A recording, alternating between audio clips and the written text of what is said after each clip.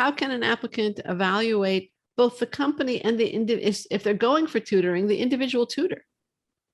So I'll take that. I would Go say ahead. to you that one of the things that I think is so amazing within our industry, and Mike and I, with our work with the National Test Prep Association, has found is just full-time tutors, right? A lot of people take for granted that somebody who's going to work with you is more of sort of like a gig worker, right? Yeah. And some people do this work for a very short period of time. It fills a gap in their, they might not consider it their professional career, but certainly Mike and I look at it as a profession.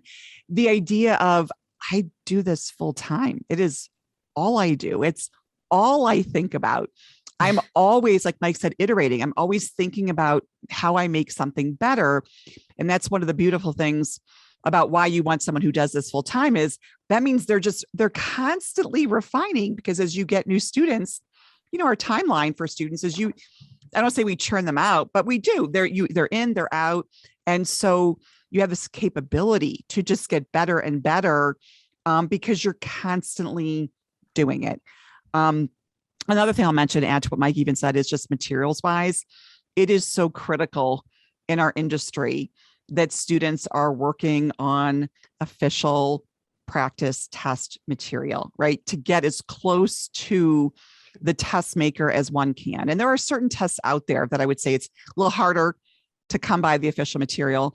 But the basic idea is that while some people will create their own material, create their own tests for understandable reasons, you really want to be working, kind of at the source. And so that's another criteria, is what material do you have your students work on as far as taking practice tests goes. And I'll throw one extra thing in there. I'm highly suspicious of anyone who has a guarantee, right? In terms of guaranteeing someone's success, there are so many variables at play. And you've been mentioning them. How much time do you have? How much are you trying to improve? So there are a lot of factors that we as test prep providers cannot control for.